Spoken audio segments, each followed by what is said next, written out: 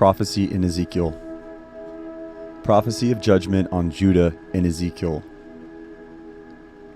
Predicted judgments on the kingdom of Judah occupy the first 24 chapters of Ezekiel. This is followed by judgment on the Gentile nations in Ezekiel 25 through 32 and prophecy of blessings on Israel, Ezekiel 33 through 48. Ezekiel himself was a priest who had been carried off in the Babylonian captivity. He and the other captives had settled by the KIII River in the land of the Babylonians. It was a canal to the east of Babylon that connected one point in the Euphrates River to another point lower down. This forms the geographical background of this prophetic book. As the revelation unfolds, further facts are given about Ezekiel. Preparation of Ezekiel as a prophet. Ezekiel chapter 1, verse 1 through chapter 3, verse 15. Though not strictly prophetic themselves, the opening chapters of Ezekiel prepared the prophet for the series of revelations and visions that he would experience as recorded in this book. Though Ezekiel was in exile far from Jerusalem and the temple, he received a vision of the glory of God. In particular, he saw 4 living creatures, somewhat like a man, but with 4 faces. The first face was of a man, the second the face of a lion, the third the face of an ox, and the fourth the face of an eagle. Interpreters differ as to their interpretation, but it would seem reasonable to equate the face of a man with intelligence, the face of a lion as the king of beasts, representing man as a ruler, the ox representing power, and the eagle as the most noble of birds, man and his nobility. Although explanations of the revelation of Ezekiel may differ, it obviously was intended to represent the glory of God, referred to many times in the book, chapter 1 verse 28, 3 verse 12, 8 verse 4, 9 verse 3, 10 verse 4, 18 and 19, 11 verse 22 and 23, 39 verse 21, 43 verse 2, 4 and 5, 44 verse 4. In response to this glorious revelation, Ezekiel fell on his face and heard the voice of the one mentioned in chapter 1, verse 25. Ezekiel was a priest on the basis of his human lineage, but he was now given the special call of a prophet from God. He was told that he was being sent to a people who would be obstinate and stubborn, chapter 2, verse 4. He was instructed to deliver his message whether they would listen or not, verse 7. A scroll also was handed to him and unrolled, containing written words of lament and mourning and woe, verse 10. In chapter 3, Ezekiel was instructed to eat this scroll, then go and speak to the house of Israel. He was informed again that the people to whom he would speak would be unyielding and hardened, verse 8. After this revelation, he was lifted up by the Spirit, verse 12, and taken away so that he could go to the exiles living near the KIII River, verse 15. Ezekiel 3, 16 through 27. In these verses, Ezekiel recorded his subsequent experience as he prepared to be a prophet.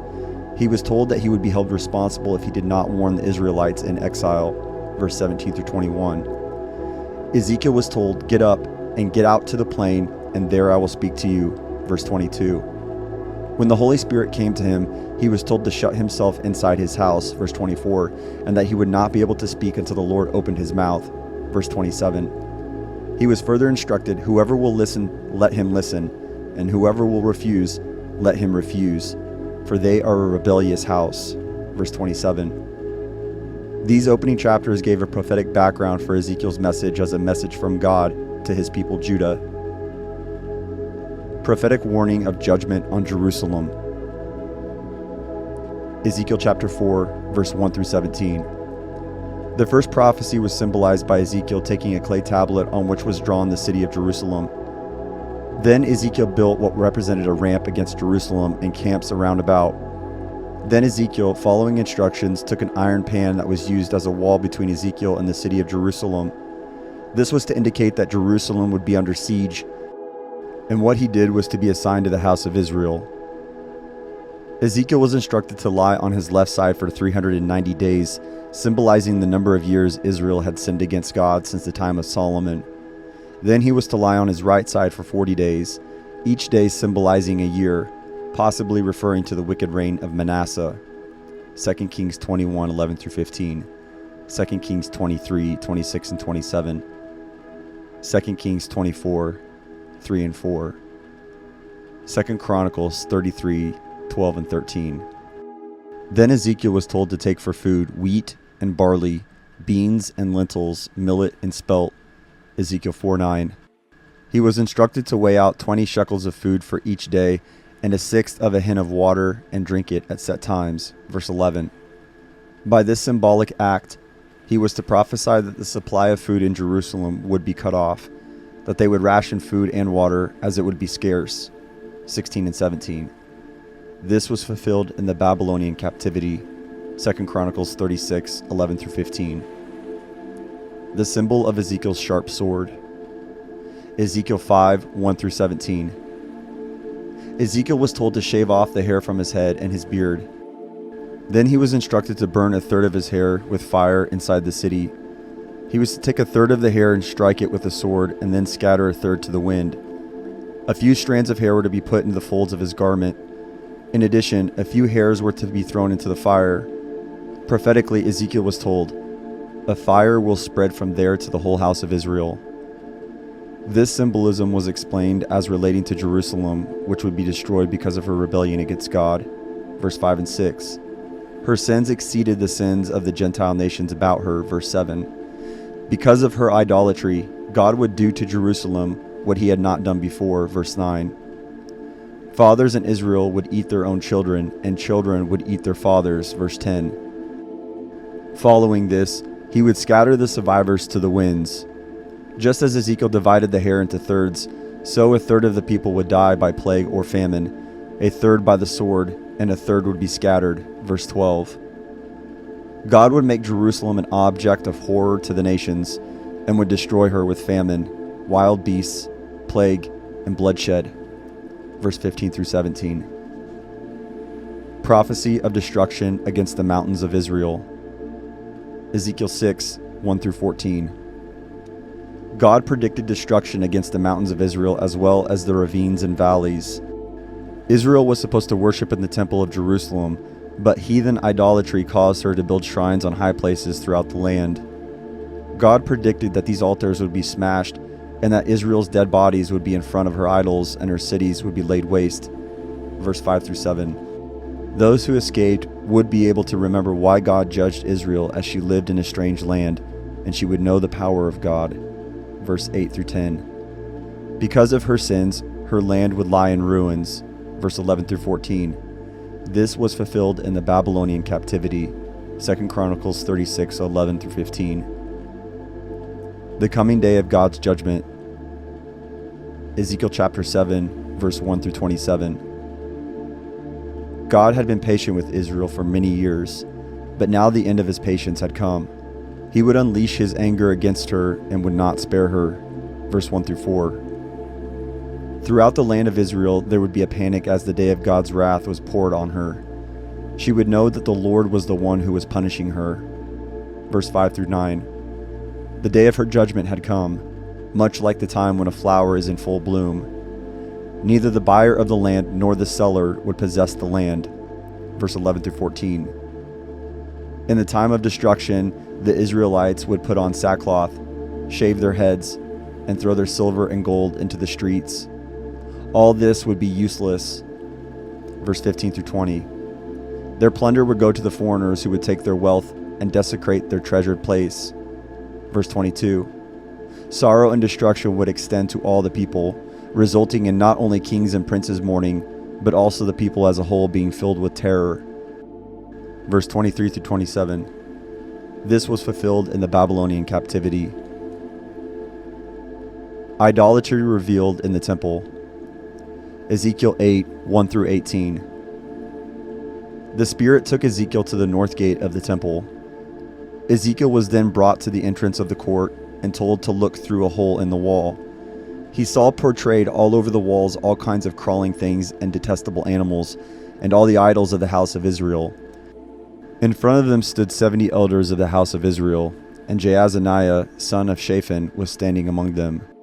Each had a censer in his hand, and a fragrant cloud of incense was rising. Verse 10 and 11. Ezekiel was then at the entrance of the north gate of the temple, where he saw women mourning for Tammuz, a Sumerian god related to vegetation. Worshippers of this idol believed that when drought came in the summer, Tammuz would die, but in the spring would come out and bring rain. Verse 14 and 15. When Ezekiel was brought into the inner court of the temple, he witnessed 25 men with their backs toward the temple, bowing toward the sun. Verse 16. As a result of their desecration of the temple and turning to heathen gods, God would bring judgment on them, and he would not show pity. Verse 17 and 18. This was fulfilled in the Babylonian captivity. 2 Chronicles 36, 11 through 15. God commands idolaters to be killed. Ezekiel 9, 1 through 11. God instructed 6 guards to go about the city and mark all who grieve and lament over all the detestable things that are done in it. Verse 1 through 4. God then told others to kill everyone who did not have the mark, whether old or young, but not to touch those who had the mark, indicating that they detested idol worship. Verse 5 through 7. When Ezekiel questioned whether the Lord was going to pour out his wrath on Jerusalem, God replied that the time of judgment had come because of her wickedness, and that he will not look on them with pity or spare them, but I will bring down on their heads what they have done. Verse 8 through 11. This was fulfilled in the Babylonian captivity. 2 Chronicles 36, 11 through 15. The glory departs from the defiled temple. Ezekiel 10, 1 through 22. In a vision that is similar but not identical to what Ezekiel saw earlier, Ezekiel saw another vision of the glory of God. God was in a chariot throne that had wheels and contained burning coals. As God entered the temple was filled with his glory. God then instructed a man clothed in linen, probably an angel, to take the fire from the coals in the chariot and scatter them over the city of Jerusalem. The 4 wheels were described as sparkling like chrysolite. The cherubim described had 4 faces similar to the 4 faces mentioned in chapters 1, verse 4 through 10, but somewhat different because one of the faces was that of a cherub instead of an ox. Chapter 10, verse 14. Ezekiel identified the living creatures as those he saw by the Kibar River, verse 15 and 20. The main point of this revelation was that the glory of the Lord departed from over the threshold of the temple and stopped above the cherubim. Chapter 10, verse 18. Another picture of the cherubim was given in verses 20 through 22. This was fulfilled in the Babylonian captivity. 2 Chronicles 36, 11 through 15. Coming judgment on the wicked leaders of Israel. Ezekiel chapter 11, verse 1 through 15. Ezekiel was given another vision of 25 elders of Israel who were plotting evil and were wicked. Those who had been already killed in the city were only the beginning, as God was going to drive them out and inflict punishment on them in keeping with their sins. The death of Pelatiah, one of the leaders, was a foreshadowing of death that would destroy the others. In contrast to the destruction of the leaders of Israel was the remnant of Israel, the fellow captives of Ezekiel. Verse 13 through 15. God reassured Ezekiel that ultimately the land would be given for the possession of Israel. This was fulfilled in the Babylonian captivity, and the restoration of the land will be fulfilled in the millennial kingdom. Israel to be restored to their land. Ezekiel 11, 16 through 25. Just as God had scattered them among the heathens, so God would ultimately bring the Israelites back to their land. This promise, repeated so often, must be taken in the same literal sense as the destruction that followed, which fell on her because of her sins. Such restoration was partially fulfilled in the return from the Babylonian and Assyrian captivities, but ultimately will be fulfilled by the complete regathering of Israel at the time of the second coming of Christ. When Israel returns, there will be a new spirit among her that will cause her to remove the idols. God promised to put a new spirit in them. I will remove from them their heart of stone and give them a heart of flesh. At that time, God declared, then they will follow my decrees and be careful to keep my laws. They will be my people, and I will be their God. Those who have been wicked and departed from God will bring judgment on their own heads. In closing this episode of Ezekiel's image, he saw the glory going from within the city and stopping in the mountains to the east of Jerusalem. Verse 23. This will be fulfilled in the millennium. Jeremiah 23, 3 through 8. the captivity symbolized. Ezekiel 12, 1 through 28. God gave Ezekiel instructions to act out going into exile. Verse 1 through 6. In obedience to what God commanded, Ezekiel packed his things as if going into exile, dug a hole through the wall, and at dusk carried out his things on his shoulders while the people watched. Verse 7. God instructed him that if they asked what he was doing, he should tell them that it symbolized the whole house of Israel going into exile. Verse 8 through 11. God described the prince among them, verse 12, doing the same thing as Ezekiel. Zedekiah's departure from Jerusalem, however, would only result in his being caught and brought to Babylon, verse 12 and 13. The prediction that while he was going to Babylon, he would not see it was fulfilled during the conquest of Nebuchadnezzar, Jeremiah 52, 10 and 11. Because Zedekiah was blinded, he was unable to see Babylon even though he was taken to it. The dispersion of Israel among the nations of the world was predicted, Ezekiel 12, 15 and 16. This prediction was not completed by the Babylonian or Assyrian captivities, but was fulfilled in the dispersion of Israel after the destruction of Jerusalem in AD 70. Ezekiel was instructed to eat and drink and to shudder in fear, verse 18.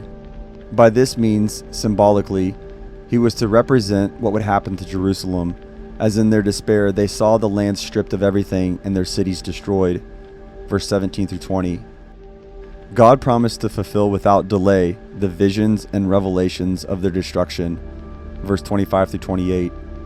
This was fulfilled in the Babylonian captivity, 2 Chronicles 36, 11 through 15. Condemnation of false prophets, Ezekiel 13, 1 through 23. Having delivered two messages that judgment was near, chapter 12, verse 21 through 25, 26 through 28. God gave Ezekiel the third message of judgment to come, which concerned the false prophets who had encouraged Israel to believe that she would not go into captivity. God declared, "Their visions are false, and their divinations a lie." Verse 6. She would be destroyed and would not be able to return to the land of Israel. Verse 9. God compared Israel's false prophets to a flimsy wall covered with whitewash. Verse 10. God predicted that rain, violent winds, and hailstones would destroy the wall. Verse 10 through 13. God declared, "I will tear down the wall you have covered with whitewash and will level it to the ground so that its foundations will be laid bare. When it falls, you will be destroyed in it, and you will know that I am the Lord." Verse 14. God also declared judgment on the women who sew magic charms on their wrists and make veils of various lengths for their heads in order to ensnare people. Verse 18. God declared that he would judge them for their wicked behavior. Verse 19 through 22. These false prophets and the women will no longer see false visions or practical divination. Verse 23. This was fulfilled in the Babylonian captivity. 2 Chronicles 36, 11 through 15. Judgment on idolaters. Ezekiel 14, 1 through 23. Those who practiced idolatry and then went to a prophet would be judged by the Lord. Verse 1 through 5. God exhorted them, "Turn from your idols and renounce all your detestable practices." Verse 6. If an Israelite served idols and sought a prophet, God would destroy him, and also the prophet if the prophet would not resist the enticement to utter a prophecy. Verse 7 through 11. God declared that his judgment on Israel could not be avoided even if Noah, Daniel, and Job would intercede. 13 and 14. The reference to these historical characters is very significant. Noah and Job lived many years before Ezekiel, but Daniel was a contemporary. Though liberal scholars have attempted to destroy the historicity of Daniel, this reference is a significant confirmation that Daniel was in Babylon serving King Nebuchadnezzar during the time of the captivity. The arbitrary declaration of some scholars that this reference cannot be taken at face value is without justifiable reason. It would have been natural for Ezekiel to have heard of Daniel, an important Babylonian official. After God amplified his declaration that these three notable men could not save Israel, he declared that if wild beasts went through the land, even these men would not be able to save their own sons and daughters, that only they would be saved. Verse 15 and 16. He stated that the same thing concerning the sword or plague passing through the land, verse 17 through 20. The names of the three men were repeated, verse 20. Then God declared that judgment against Jerusalem would be terrible, including sword, famine, wild beasts, and plague, verse 21. There would be some survivors, but most of the people would be destroyed, verse 22. This was fulfilled in the Babylonian captivity, 2 Chronicles 36, 11 through 15. Jerusalem as useless as a fruitless vine, Ezekiel 15, 1 through 8. In the revelation given to Ezekiel, signs were used to indicate the coming disaster. Then a series of 5 messages followed, Ezekiel 12, 21 through 14, verse 23. This chapter is the first of 3 parables confirming the fact that Israel could not escape her coming judgment. By nature, a vine is useful only if it is fruitful. As wood, it is useful for nothing, verse 1 through 5. Because of this, God would cast the vine into the fire to be consumed, and will make the land desolate because they have been unfaithful, verse 8. This was fulfilled in the Babylonian captivity, 2 Chronicles 36, 11 through 15. Jerusalem as an unfaithful wife, Ezekiel 16, 1 through 63. Jerusalem was described as an unwanted baby cast out to die, verse 1 through 6, but rescued by God. Eventually the baby became a beautiful woman. God said that he cared for her and dressed her in fine linen and beautiful jewelry. Her beauty was such that she became a queen, verse 8 through 14. Having received all these favors, Jerusalem became a prostitute and used her jewelry to make idols. The food that God gave her was offered as incense to idols. The sons and daughters who were born were sacrificed to idols. Verse 15 through 21. Because of these detestable things, God declared judgment on Jerusalem. Verse 22 through 29. Even the heathen nations of Babylon and Egypt were shocked at her adultery. Because of her continued brazen conduct, God would judge not only her, but also those who committed adultery with her. Verse 30 through 38. Her lovers would destroy her shrines, strip her clothes and fine jewelry, and leave her naked. Verse 39. They will bring a mob against you, who will stone you and hack you to pieces with their swords. They will burn down your houses and inflict punishment on you in the sight of many women. I will put a stop to your prostitution, and you will no longer pay your lovers. Then my wrath against you will subside, and my jealous anger will turn away from you. I will be calm and no longer angry. Verse 40 through 42. God declared that Jerusalem had become like Israel's mother, who was described here as a Hittite with her father, an Amorite. Verse 45. Her older sister was compared to Samaria, and her younger sister to Sodom. Verse 46. According to God, Jerusalem became more depraved than any other nation. Verse 47 through 52. God promised to restore Sodom and Samaria, but Jerusalem would be scorned by Edom and the Philistines. 53 through 58. God declared, "This is what the sovereign Lord says. I will deal with you as you deserve, because you have despised my oath by breaking the covenant." Verse 59. God promised, however, to remember the everlasting covenant he made with Israel. Verse 60. But as she received his grace, she would be ashamed of her conduct. Verse 61 through 63. The parable of the 2 eagles and the vine, Ezekiel 17, 1 through 24. This third parable, setting forth God's judgment on Israel, described a situation in Israel when Zedekiah was ruling, around 592 to 591 BC. God described a great eagle that cut off the top of a cedar and carried it to a distant land where it prospered with abundant water. It became a spreading vine.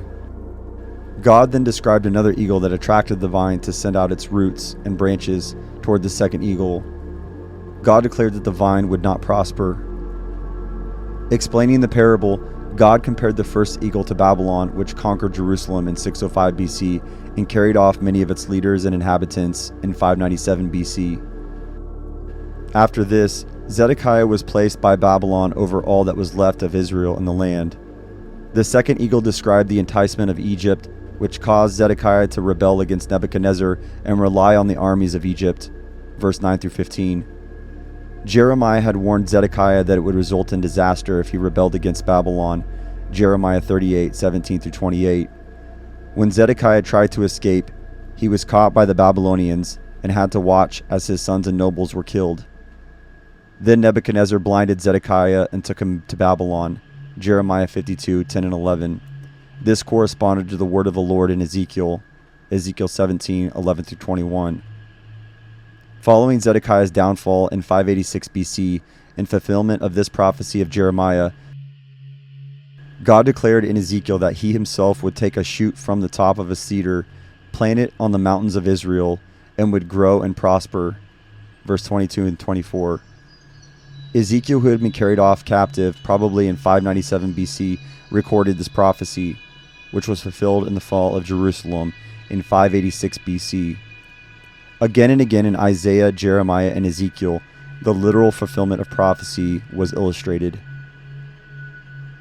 Judgment on those who sin. Ezekiel 18, 1 through 32. God asked a question about their interpretation of the proverb. The fathers eat sour grapes, and the children's teeth are set on edge. The point of this prophecy seems to be that the children of Israel were claiming that their punishment was because of their father's sins, not their own. God declared by way of rebuttal, "As surely as I live, declares the sovereign Lord, you will no longer quote this proverb in Israel. For every living soul belongs to me. The Father as well as the Son, both alike belong to me. The soul who sins is the one who will die." Verse 3 and 4. The proverb that God repeated was also quoted by Jeremiah in Jeremiah 31, 29 and 30. In the Ten Commandments, the principle was indicated that punishment sometimes goes to the third and fourth generation. Exodus 20, verse 5. Exodus 34, 6 and 7. Deuteronomy 5, 9. In the present case, however, God declared that he was judging the children themselves for their sinfulness and urged them to repent to avoid his judgment. Ezekiel 18, 3 and 4. God itemized the sins of the wicked, verse 5 through 9, and declared that if a righteous man would not do these things, he would live. By contrast, the wicked person who does these things would not live. Verse 10 through 13. If one was a son of such a wicked person, however, and would not follow in his wickedness, God declared, he will not die for his father's sin. He will surely live. Verse 17. In the particular case of Israel with whom God was dealing in judgment, a son would not inherit the sins of the father nor the righteousness of the father, but each would be judged on the basis of his own actions. Verse 18 through 23. God defended his actions as being just in contrast to the charge of some that he was unjust. Verse 25 through 29. The final appeal of the Lord was for Israel to repent. Verse 30. God declared, "For I take no pleasure in the death of anyone, declares the sovereign Lord. Repent and live." Verse 32. This was fulfilled in the Babylonian captivity. 2 Chronicles 36, 11 through 15. A lament for the princes of Israel. Ezekiel 19, 1 through 14. In a way similar to prophecy and fulfillment being pictured by symbols in the previous chapters, this section is a formal dirge, such as was customarily used for a funeral. In this case, the prophet used it as a lament for the nation Israel and Jerusalem. A lioness is pictured as rearing a cub that became strong, but was trapped and taken to the land of Egypt, verse 1 through 4. This probably referred to Jehoahaz, who was taken in captivity to Egypt, 2 Kings 23, 31 through 34, Jeremiah 22, 11 and 12.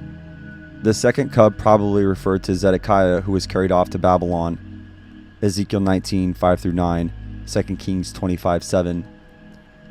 At the time Ezekiel wrote this, the reference to Zedekiah was still a prediction that was to later be fulfilled in 586 BC.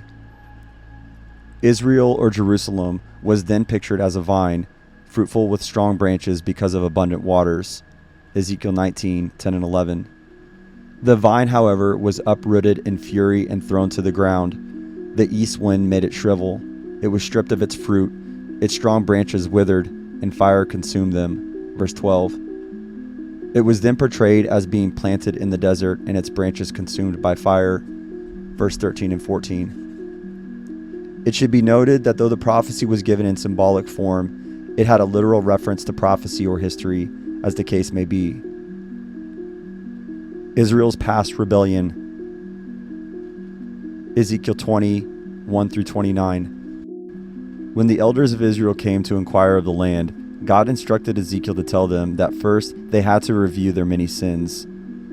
God then recited their rebellion in the wilderness, their failure to keep God's laws, and their desecration of the Sabbaths. God declared, however, that he wanted to fulfill his promise of bringing them to the promised land. Verse 14 through 20. Though God did not destroy Israel in the desert, he did predict that they would be scattered among the nations because of their sins. When they got to the promised land, they sued the high places for offering of sacrifices to idols. Restoration after judgment. Ezekiel 20, 30 through 44. God indicated that the time would come when he would judge them and the righteous would enter into the promised land. This restoration, however, would not be extended to the others who came to Ezekiel. In the prophecy that follows, 33 through 38, the far-reaching promise that God will regather the Israelites and restore them permanently to the land was detailed.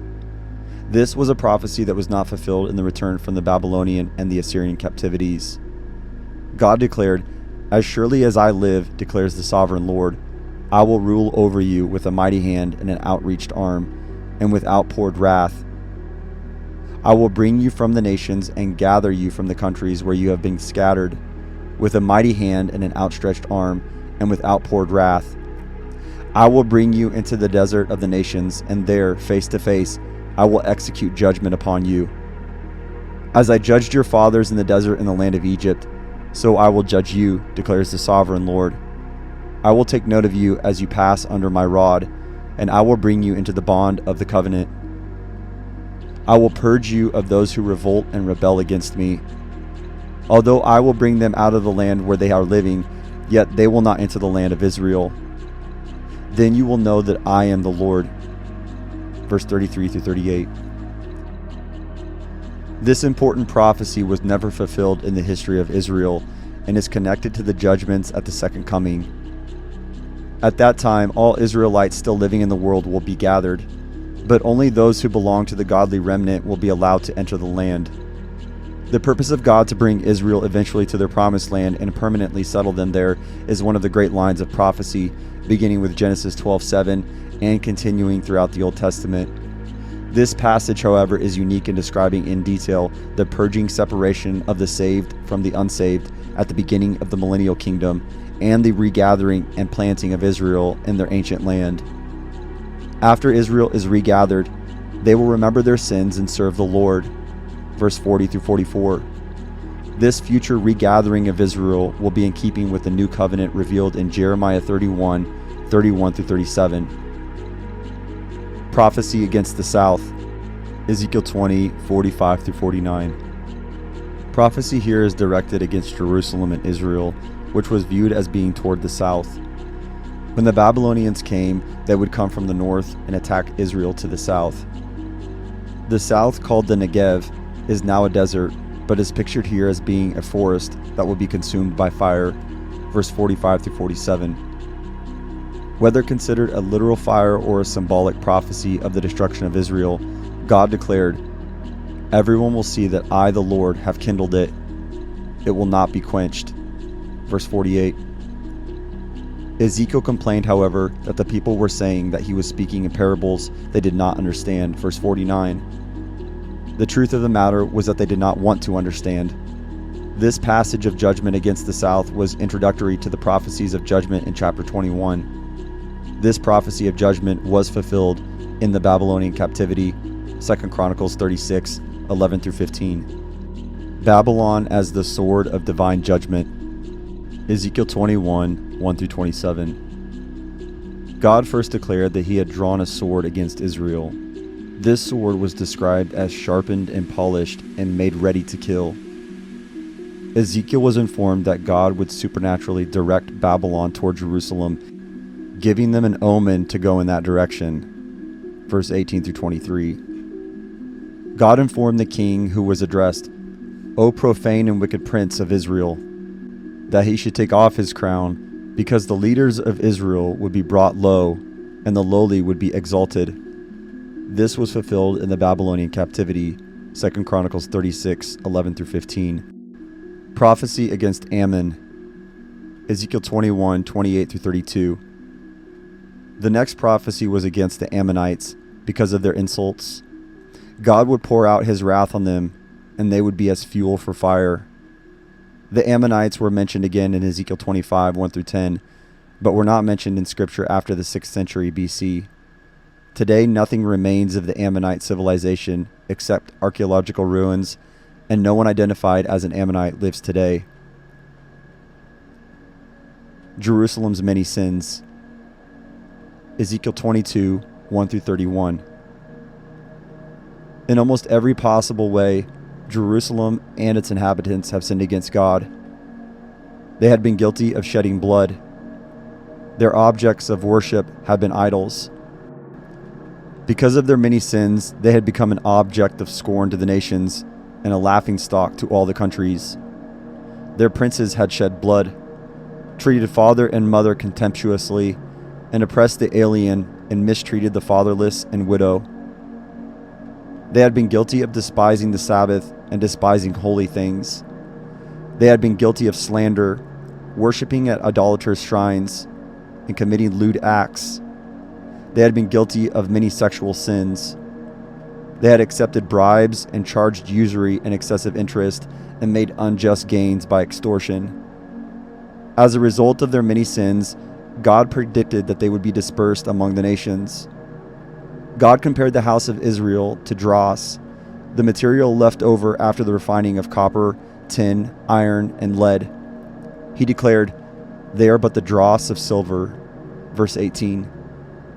God predicted that he would gather them into Jerusalem just as men gather metals and put them in a furnace to melt them. As silver is melted in a furnace, you will be melted inside her, and you will know that I, the Lord, have poured out my wrath upon you. Verse 22. Their drought had been declared a day of wrath because their rulers behaved wickedly like roaring lions. They had stolen treasures and precious things and made many widows.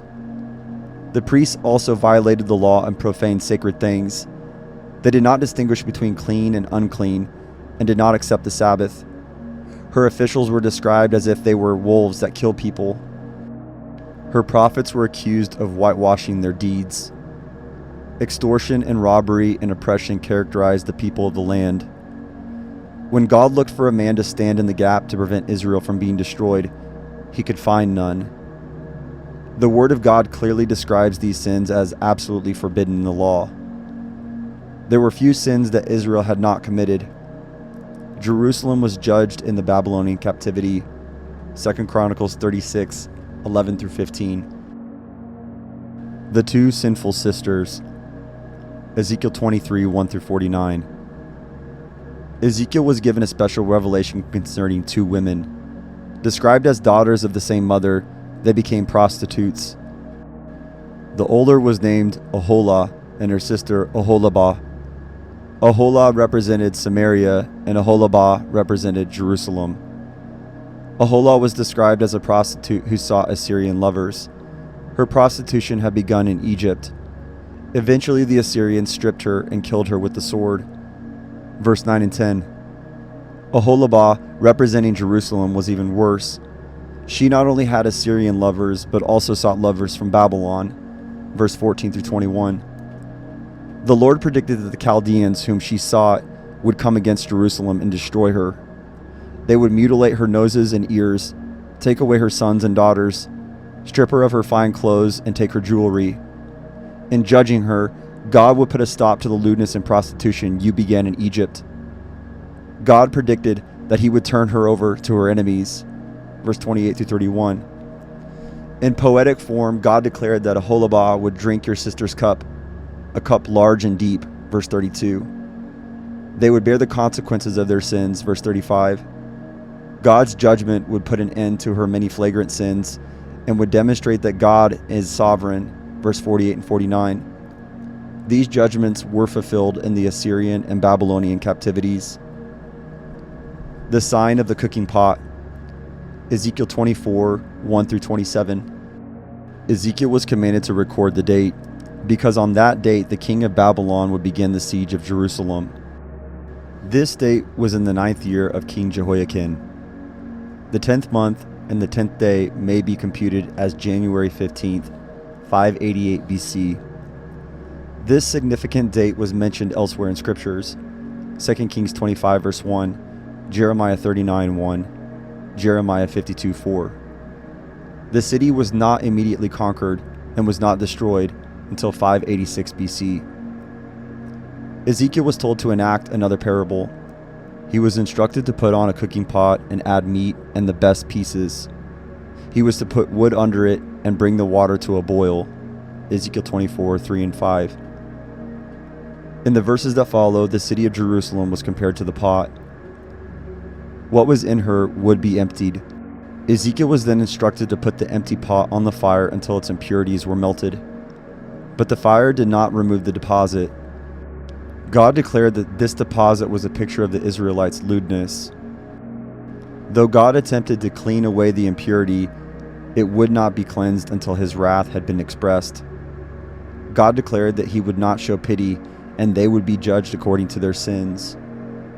In support of this sign, God told Ezekiel that his wife would die. He was not to lament or do the various things that were normally associated with mourning for the dead. Verse 15 through 17. In keeping with this prediction, his wife died that evening. When Ezekiel did not follow the usual customs of mourning, he declared to Israel the message from God that he was about to desecrate her sanctuary. Her sons and daughters would be killed, and when this happened, she too would not mourn. Ezekiel was a sign to Israel of what was going to happen. Verse 24. Ezekiel was told that when this event took place and Jerusalem was destroyed, he would receive the news, and at that time God would speak to him. 2 Chronicles 36, 11 through 15.